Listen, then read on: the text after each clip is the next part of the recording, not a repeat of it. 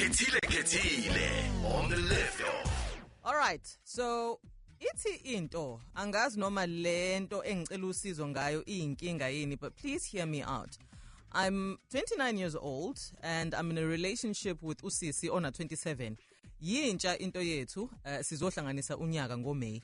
I met my girlfriend at a friend's birthday braai and I was instantly taken by her.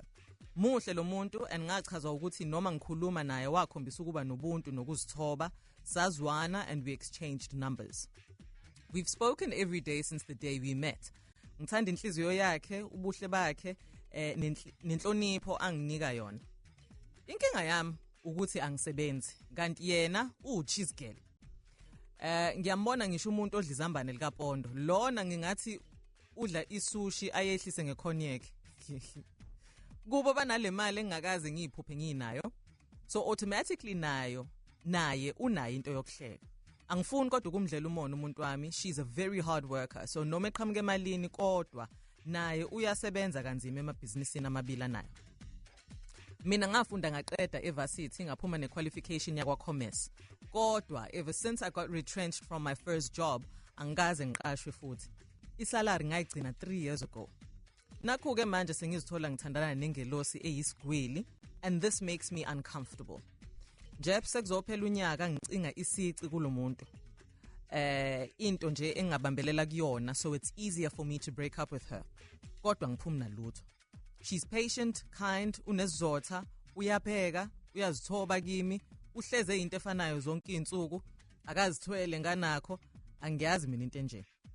Wesike ngoba ngokubona isimo sami wabe sengenzela ioffer 3 months ago yokuthi ngizosebenza kwezinye izinkampani zakhe. Kodwa nganqaba because ngibona ukuthi kuzophazamisa ukuzwana esinakho in our relationship, and she understood that. In a perfect world, I would make this woman my wife. I love her and ngiyasibona sakho umndeni ndawonye. Kodwa angazi noma ngizolunga yini knowing ukuthi ngondliwa umfazi wami. Into ekumele ngabe yenziwa yimina. Yebo, she doesn't make me feel like it. Kodwa it still doesn't make me feel good ukuthi imoto ngibolekwa uyena. Imina ovakashela yena kwakhe and stuff like that. I am applying for jobs. Kodwa akulungi but ngiyazi ukuthi noma ngawuthola umsebenzi angeke ngikwazi to provide for her ngoba she already has way more than me. I won't feel like a man financially. I think this is an ego problem ngakumina. Kodwa ngingadlula kanjani kuyo ukuze relationship yethu izokwazi ukuba nenqubekela phambili engiyifisayo. Noma angeke kusalunga vele, angiphume straight ngitholela usinetha nayo ofana nami, into ezongihlupha ngokucela i-airtime neshwama kuphela. I'm sorry. I love her. Please help. I'm sorry. You see, akusona isimo esihlekisa yile airtime neshwama. Nina nibhala ngathi nama comedian. Okay. So that's the gist of his stories are anonymous. His woman is utopshayela kagyal. She comes from money, she works hard, she's got her own. He is unemployed. Kodwa uyabona ukuthi noma engawuthola umsebenzi, he won't measure up to what she has. She's already yards ahead of him. Is a relationship like this doomed to fail? Noma they can still make it work somehow. How do you think they can make it work? Why do you feel that it is doomed if that's the case? Indaba yakhe ye ego uyilungisa kanjani, because he himself is admitting that he thinks it's an ego problem. Give me a call on 0861-596-596. Umbono wako ungawushare with me also by sending me a voice note on WhatsApp 063-839-9959. Hello, Anonymous. Sanibona njani? Siyaphila, how are you? Siyaphila. Uthini umbono wakho, Anonymous? Umbono wami ngasisi I can speak on this because sengiye ngaba kwisimo esicishe sifana nalesi. Okay. Ubhuti ngingasho ukuthi usenkingeni enkulu futhi. Ngoba ihistory iyasifundisa isikhombisile ukuthi whenever a man cannot provide with relationship, your relationship leyo is doomed vele from the start, because ku-nature yomuntu wesilisa, umuntu wesilisa i-duty yakhe must provide and protect.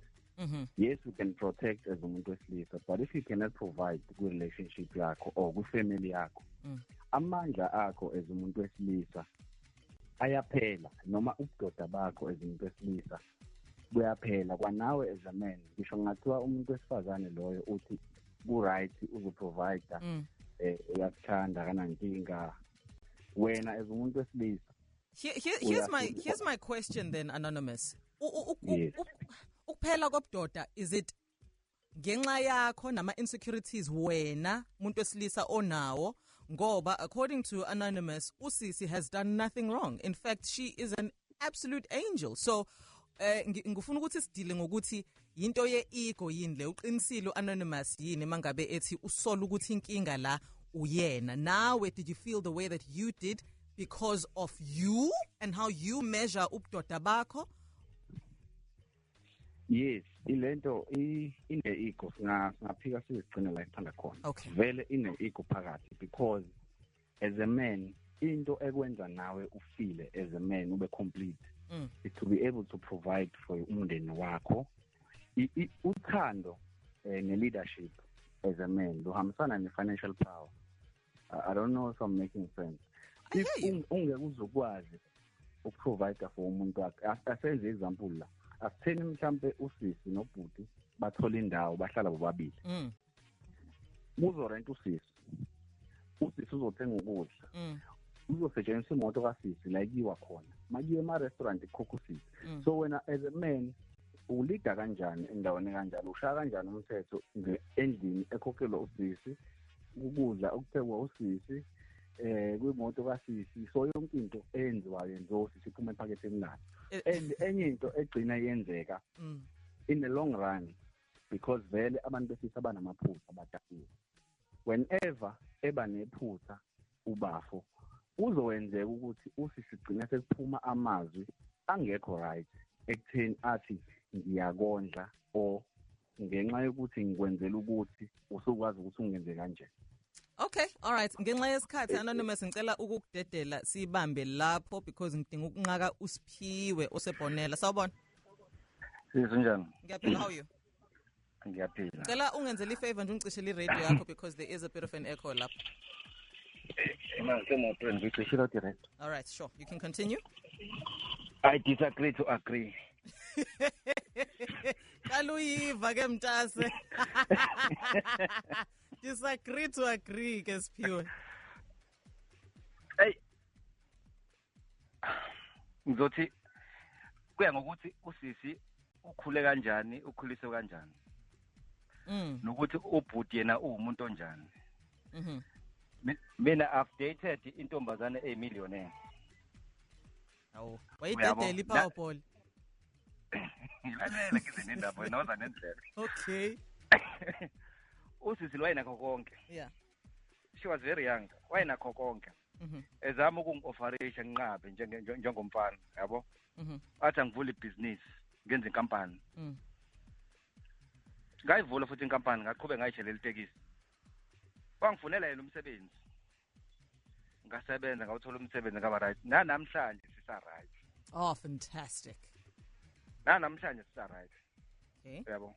Hayi ukuthi i-manpower iyaphela ayipheli, but it depends ukuthi umuntu omtholayo. Yabo nje bathi ubhuti lo uSisi unakho konke uyamthobela. Yona jackpot yakhe leya. Ukuthi yena akaze ayibone ethanda nomuntu onemali noma ethanda nomuntu opowerful. Ngayo le mali amupha yona. Yabo, to be precise, le mali amupha yona lethi mhlawumbe umupha u10,000 ngenyanga. U10,000 athi 1,000, yabo? Ngelinye ilanga aqhamuke nezimbali no chocolate, yabo? Akhombisa ukuthi cha ngiyaka-appreciate into ongenzela zona. Ngelinye ilanga mhlawumbe uthola umsebenzi enganakile, angathathi ukuxakeka kwakhe kwamanje ukuthi ngekumisele ndawo. Okay. Ebese nalo ithikithi lokuthi aphumelele empilweni. All right. Uthi njengoba emthanda engayikhombisa angakhukhumali njengoba enemali, right. Okay.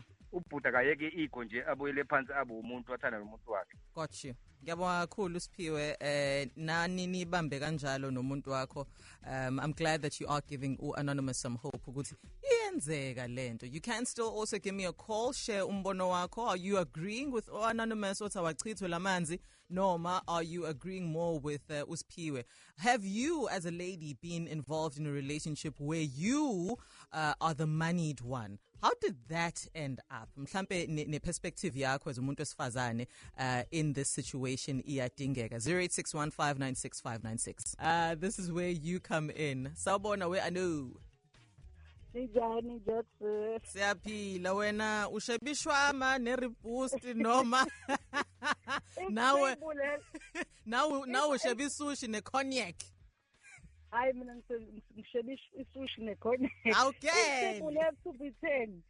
Lokhuza ubhodi enemali. Wayezomchitha kanjani umuntu wesifazane? Khumbula nje isikhathini esiphambelini isakhulu bese inomama abangasebenzi. Yeah. Abangakaze bangazi nje umlungu nje bengazi lutho obaba baba provide bahlalisane kahle ipride ingekho waye umuntu esilisa mangabe yena engena something ngoba isikhathi sesiphila kusona manje asisafani sasekuqaleni kuyenzeka mina emshadweni wami imina onemali ngiyamhlonipha ngiyenza konke sesina 25 years indawonye nje selokwaba njalo nje akunalutho uma nje nezomhlonipha umuntu wakhe kuyenzeka futhi uthola ukuthi une relationship umuntu esilisa naye lo sifazane kuya ngokuthi ukhulisa kanjani ngangambamba khona nje ukuthi khona umuntu athana ngambamba nje behleli futhi hayi kwakhulu kwadlulwa ngisho lo engakushoyo kodwa futhi hayi ukuthi kwashintsha ukuthi ngimphethe kanjani ngiyamhlonipha kwadlula yena nje akabambe phansi iqhubeka izinsizi ngalo azitshele nje ukuthi kube bekuyena all right lo wesifazane befana aphakame naye yabona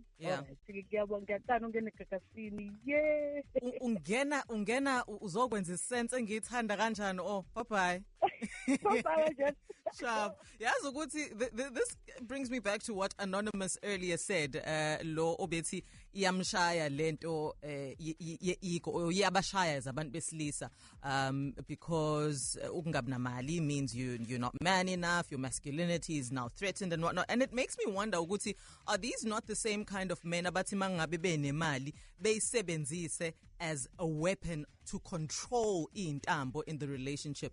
It scares me to hear somebody say just because wena ngokwemali awulingani nomuntu wakho esifazane kusho ukuthi into ayizokulunga. I don't know. I don't agree with that train of thought, but I think into engithusa kakhulu ukuthi baningi abanye that think like Anonymous. Wena Sharon ubona kanjani munu? Sawubona mazane kunjani? How are you sweetie?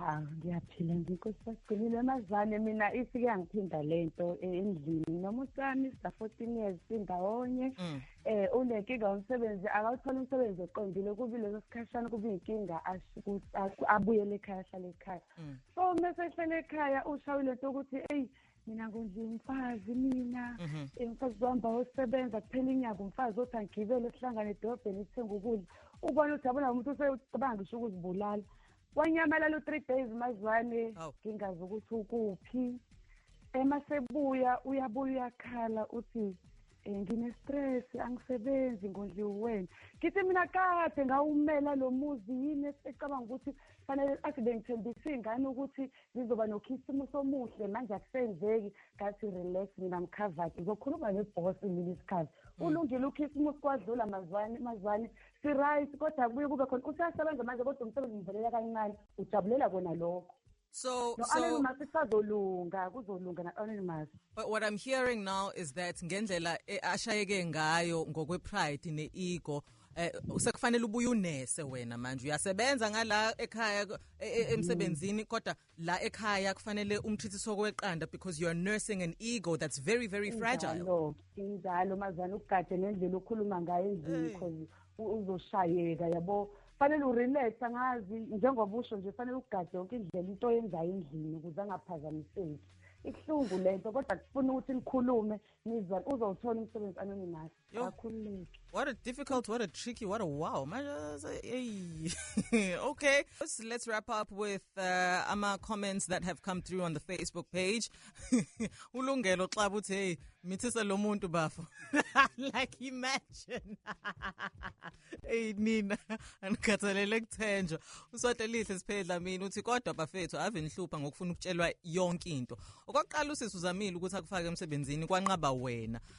Ngoba ubuzohlanganisela wenze nawe impilo yakho ukuthi bengcono usuzosikhalela manje la inkinga mina ngibona kuwena mfowakithi ngoba lo sisi uyakuthanda zama ukuqoqa impilo yakho uye ukuzenyeza khuluma nomuntu wakho akunike linye ithuba lokuyosebenza njengoba ebefuna ukufaka emsebenzini uye ukuzosikhalela lana uma kuduzela uthi ave ngalungile lo sisi ngicela ngiphi number yakhe hey nina akudlalwa la serious bafowethu usofa sonke zwide uthi uphiwa abaphansi kodwa kwakumele ungayinqabi offer ngoba angahamba usisi ngoba ekubona njengomuntu oyivila ahlangene nomuntu who is more ambitious about working in her workspace. Remember, lions never play with ants. Use this opportunity wisely or uzoyikhalela one day. Usiphindile Lizwi lenkosi uyakuthanda ugirl, what more do you want? Angithi uyasho nawo akazithwele aqali ngawe mfethu kuba ngaphansi kowesifazane ngokweligi. If she was rude towards you bengizothi miyeke but uyakunika indawo yakho. There is Utando as well on Facebook uthi bafo it's inhlanhla to have a rich woman, so sebenzisa umuntu wakho kahle nibe happy nawe uzobona ispani sizovela. Angivale ngawe Themba Mdlalose uthi ayi baba thatha ispani kwinkampani yakhe and save money to start something for yourself. Ego ne pride aside kancane. This is your way up.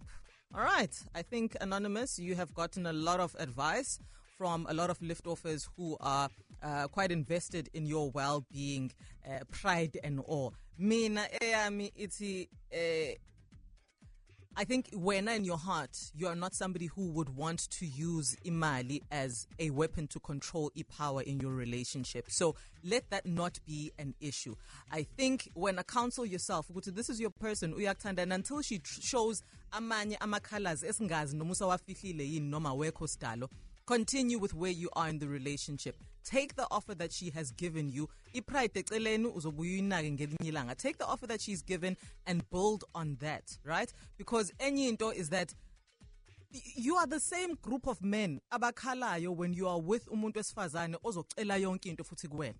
Ukhala ngokuthi umuntu uthandana bengithi ngiqala umjolo kanti ngizocoshela indleko. So what actually do you want? Do you want somebody who can take care of themselves, or do you not want somebody who can take care of themselves? Umuntu ozirelya kuwena for everything including ipaint. Decide wena and then find a way forward there. But I think ngokufunda itone yakho in your email, I think your heart is invested with this woman. So I would say stay, make it work, fix what is broken inside or what stands to threaten the relationship that you have nomuntu wakho. All the very best, Anonymous.